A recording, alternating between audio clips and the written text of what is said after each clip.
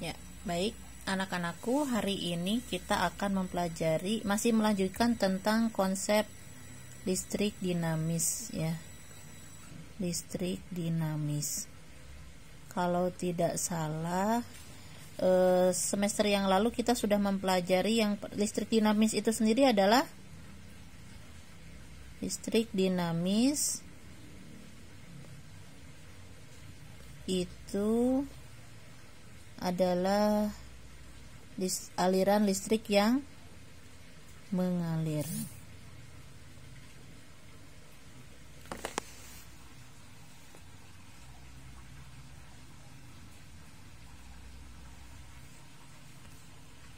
Oke. Nah, ini diibaratkan seperti aliran listrik kamu di rumah. Masih ingat ya kemarin Ibu juga sudah menjelaskan, ini ada ada lampu, kemudian ini ada sumber arus. Sumber arusnya bisa dari PLN, bisa dari batu baterai ya. Nah, ini kalau terhubung dengan stop kontak terhubung ya, maka di sini akan timbul tegangan listrik ya. Kemudian di sini ada arus yang mengalir sepanjang terhubung dengan batu baterai. Ada arus yang mengalir. Nah, arus mengalir karena ada apa? Karena ada hambatan. Maka di sini ada istilah hubungan antara tegangan arus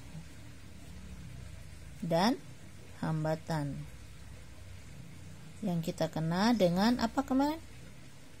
Hukum Ohm. Ini Ibu ini dulu ya, mereview dulu materi pembelajaran sebelumnya. Maaf nih banyak ini ya, banyak tampilan-tampilan yang mungkin agak aneh. Ini ada mangkok segala ya, nggak apa-apa kan, Ibu kan sambil ngemil. Oke, kita lanjutkan. Kemudian di sini ada ini adalah rangkaian sederhana. Jadi hukum Ohm ini,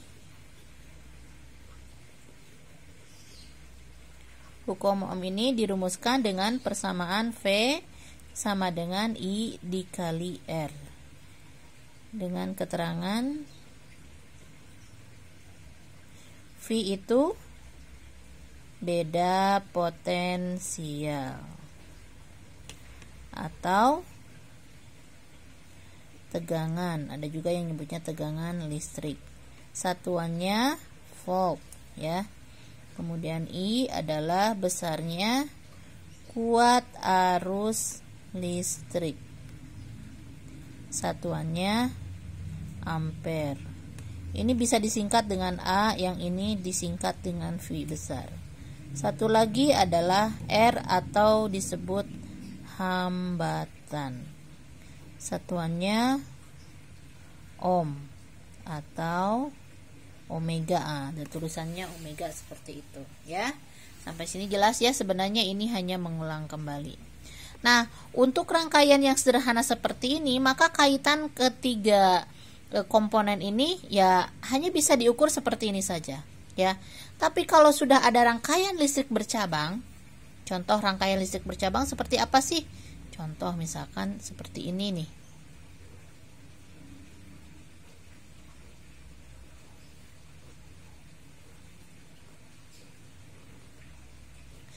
Kalau ini ya, kalau ini kan rangkaiannya bisa kita buat kalau ada tanda seperti ini, begini. Nah, ya. Nah, kalau udah begini, ini namanya adalah rangkaian listrik bercabang. Jadi di sini ada arus dari sini I1. Nah, ini juga ada hambatan lagi. Ada I1, kemudian sampai di sini ada I2, ada I3 ya. Ada I4. Nah, ini akan mengalir kembali menjadi, katakan ini sebagai I5. Nah, mengalir terus sampai menjadi I5 ke sumber tegangan lagi ya. Masuk lagi menjadi I1, lalu masuk ke titik cabang ini kita sebut I2, I3, I4 ya. masuk ke sini lagi menjadi I5. Nah, ini kalau kita sederhanakan bisa seperti inilah ya, bisa seperti ini. Kita lihat ya. Kita disederhanakan saja.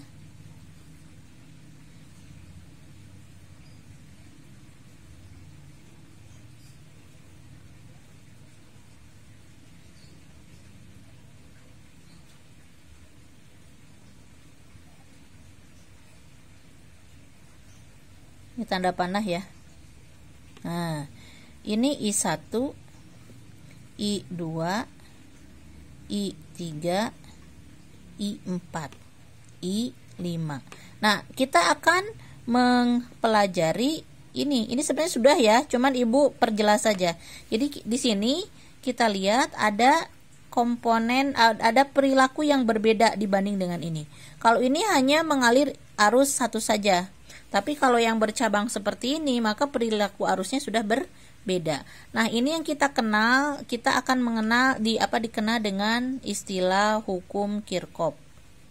Hukum Kirchhoff ada dua ya. Ada hukum Kirchhoff 1 dan hukum Kirchhoff 2. Yang akan kita pelajari saat ini adalah hukum Kirchhoff 1 dulu ya. Ini sebenarnya sudah, tapi Ibu hanya merimain kembali ya. Jadi menurut hukum Kirchhoff 1, hukum 1 Kirchhoff itu menyebutkan bahwa jumlah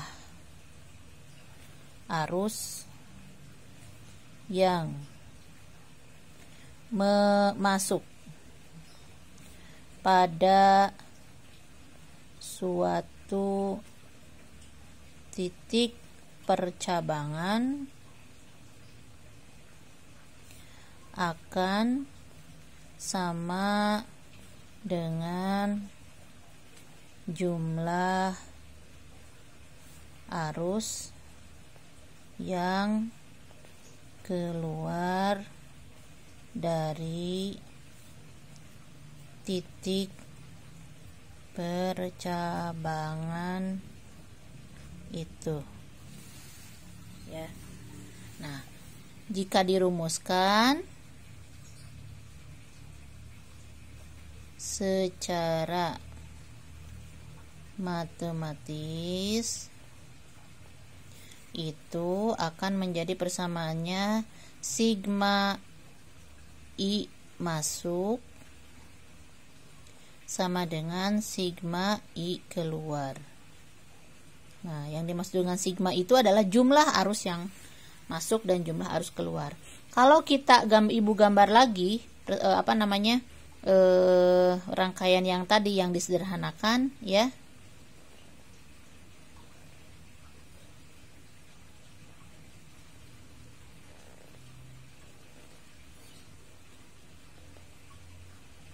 Nah, kita gambar lagi di sini.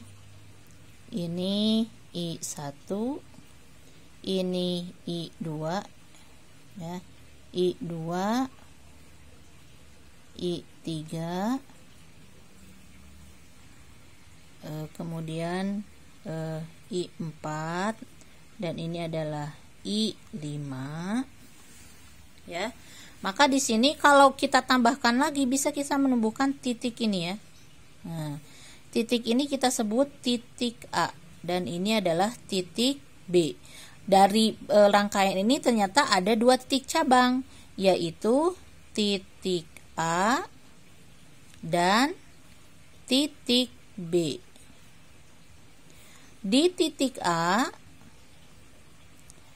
nah, kita tinjau titik A itu, kita lihat arahnya. Arah yang masuk di titik A adalah I1, berarti jumlah arusnya hanya I1 saja. I1 sama dengan arus yang keluarnya I2 tambah I3 tambah I4 ya. Sedangkan pada titik B, arus yang masuknya itu adalah arus I2, I3, I4 ya. Berarti I2 tambah I3 tambah I4 sama dengan I5 ya. Nah, sebenarnya dari gambar ini kita juga bisa membuat contoh soal berdasarkan gambar tersebut.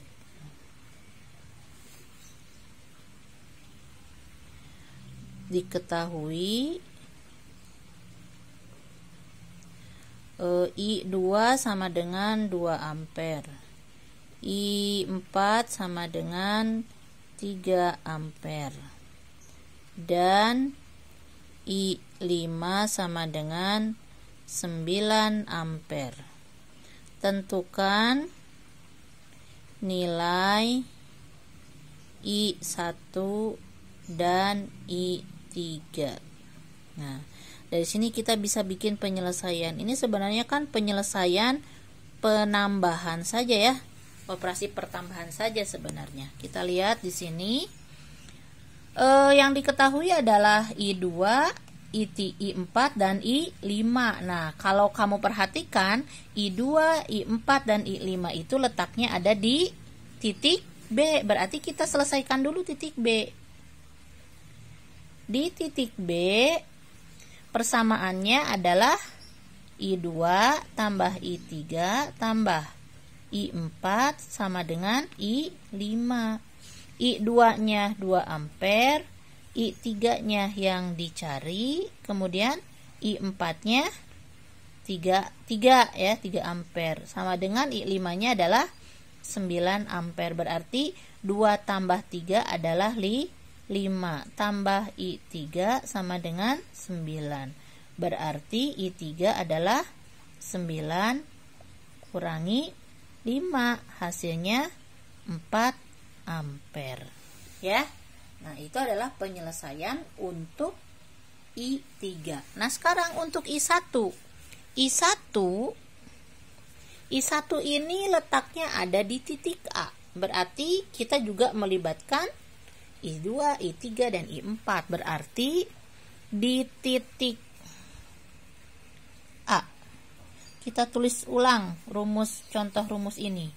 Berarti I1 sama dengan I2 ditambah I3 ditambah I4. Berarti I1 sama dengan I2-nya adalah 2 ampere, I3-nya sudah ketemu 4 ampere, I4-nya adalah 3.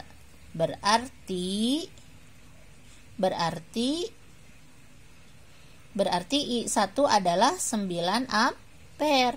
2 tambah 4 tambah 3 sama dengan 9 ampere. Nah, kalau kita perhatikan berarti di sini adalah 9, yang ini juga 9, ini 2, ini 4, yang ini 3.